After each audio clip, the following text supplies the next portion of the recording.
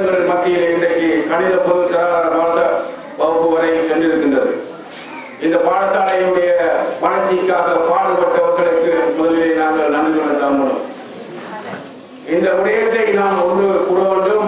எங்களுடைய கடந்த கால யுத்தத்தினால் பாதிக்கப்பட்ட பாடசாலைகளுக்கு சொல்லி மட்டக்களப்பு மாவட்டத்திலே 45 பாடசாலைகளுக்கு எங்களுடைய ஒரு கோரிக்கையை வைத்து இந்த மாவட்டத்துக்கு தேவையான கோரிக்கையை வைத்து ஒரு நாட்டினுடைய உதவி பெற இருந்தது. ஆனால் இந்த திட்டங்கள் எல்லாம் செய்யப்பட்டு கிழக்கு மாகாண சபையிலே கிழக்கு மாகாணத்துக்குள்ளே முடக்கப்பட்டிருக்கிறதாக நான் அறிகிறேன். 45 பாடசாலைகளுடைய கட்டிட வளர்ச்சிக்காக எங்களுக்கு அயல் நாடான இந்தியா உதவி செய்வதாக வாக்குறுதி அளித்து சென்றதை தடுத்து நிறுத்தப்பட்டிருக்கிறதாக நான் அறிந்து அதனுடைய ஆவணங்கள் என்னிடம் இருக்கின்றது. ஆகையால் கிழக்கு மாகாண சபையிலே எங்களுடைய கல்வி அமைச்சராக இருக்கிற மதிப்புக்குரிய தண்டாதிமணி ஐயா அவர்கள் வரவில்லை. அவர் வந்திருந்தால் நான் அதை சுட்டிக்காட்டியிருப்பேன். இதை அவர் முதல் எடுத்து எங்களுடைய யுத்தத்தின் நலிவடைந்திருக்க பாடசாலைகளுக்கு இந்த கட்டிட தேவைகள் படங்களை பெற்றுக் கொடுக்க வேண்டிய பொறுப்பு நாங்கள் மட்டுமில்லை, கல்வி அமைச்சருக்கு பெரிய பங்காக இருப்பதை சொல்லுவேன். எந்தெந்த அதிகாரிகள் இதை தடுத்து நிறுத்தி வைத்திருந்தாலும் கூட அதை வெளியில் எடுத்து முறைப்படி எங்களுடைய மட்டக்களப்பு மாவட்டத்திற்கு கிடைக்க வேண்டிய பணங்களை பெற்றுக் கொடுக்க வேண்டும். இந்த பாடசாலையுடைய கல்வி வளர்ச்சிக்காக பல திட்டங்களை எங்களுடைய பாடசாலை அதிபர் அவர்கள் பேசியிருந்தார். எதிர்காலத்திலே இந்த பாடசாலைக்கு வருகிற பலங்களாக இருந்தாலும் நீங்கள் கட்டிடங்களை திட்டமிட்டு நாங்கள் ஒரு இடத்தை தெரிவு செய்ய வேண்டால் அது இயற்கைக்கு புறம்பான இடமாக இருக்கக்கூடாது, இயற்கையோட ஒத்ததாக இருக்க வேண்டும்.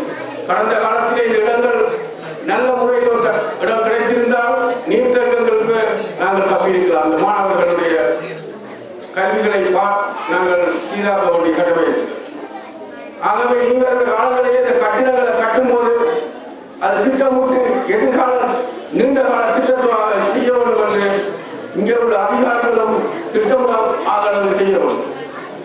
கடந்த காலத்திலே எங்களுடைய திட்டத்தை காரணம் காட்டிக்கொண்டு எங்களுடைய கல்வி சீரழிந்து இருக்கிறது நாங்கள் குறை சொல்லிக் கொள்வதற்கு அர்த்தமில்லை. எங்களுடைய மாணவர்களை நாங்கள் கல்வியால் நாங்கள் வளர்த்தவர்களுக்கு வேண்டிய பொறுப்பு பெற்றோர்களுக்கு இருக்கு, சமூக நலன்களுக்கு இருக்கு, ஆசிரியர்களுக்கு அதிகமாக இருக்கு. எங்களுடைய மாணவர்கள் இடர் வேவர் என்று பார்க்கும்போது முஸ்லிம் சமூகத்தை விட எங்களுடைய தமிழ் சமூகம் தான் இடைவிலகல்கள் கூடியிருக்கிறார்கள், குறைந்து கூடியிருக்கிறார்கள். ஆனால் எங்களுக்கு வர வேண்டிய பலங்கள் எல்லாம் குறைபட்டு கொண்டே போகும். ஆகவே எங்களுடைய பெற்றோர்களே, நல விரும்பிகளை, எங்களுடைய மாணவர்களை நீங்கள் படிக்கின்ற நேரத்திலே படிப்பித்து அவர்களை ஒரு பலமான கல்விமான்களாக உருவாக்க வேண்டும். மாணவர்களாகிய உங்களுக்கு நாங்கள் ஒரு விடயத்தை சொல்ல வேண்டும். மாணவர்களே, உங்களுக்கு படிக்கிற நேரத்தில் உங்களுக்கு எந்த ஒரு சிந்தனையும் இருக்காது. பெற்றோர்களுக்கு பல பொறுப்புகள் இருக்கிறது. உங்களுக்கு உடை வாங்க வேண்டும், உணவு வாங்க வேண்டும், பாடசாலைக்கு புத்தகம் கொப்பி வாங்கணும், அனுப்ப வேண்டும் என்று பெற்றோர்களுக்கு மிகப்பெரிய பொறுப்பு இருந்தாலும் கூட, ஆனால் உங்களுக்கு ஒரே ஒரு பொறுப்பு தான் இருக்கின்றது, படிக்கிறது மட்டும். பெற்றோர்களுடைய கனவை நீங்கள் நினைவாக்க வேண்டும். நீங்கள் நல்ல கல்வி அறிவுகளை பெற்று எங்களுடைய தமிழ் சமூகத்திற்கு நல்ல கல்வியின் அறிவாளிகளாகவும் நல்ல நல்ல திறமசாலிகளாக வர வேண்டும். எங்களுடைய கிழக்கு மாகாணத்திலே எங்களுடைய கல்வித்தரம் வீழ்ச்சி அடைந்திருக்கின்றது. இன்றைக்கு இலங்கையிலே 98 வலயங்கள் இருக்கின்றது.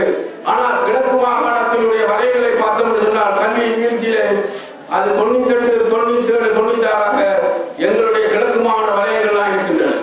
ஆகவே இந்த கல்வியை நாங்கள் கட்டியெழுப்ப வேண்டும். இந்த கிராமங்களுக்கு தான் என்னுடைய பன்முகப்பட்ட நிதியிலே நான் கூடுதலாக இருக்க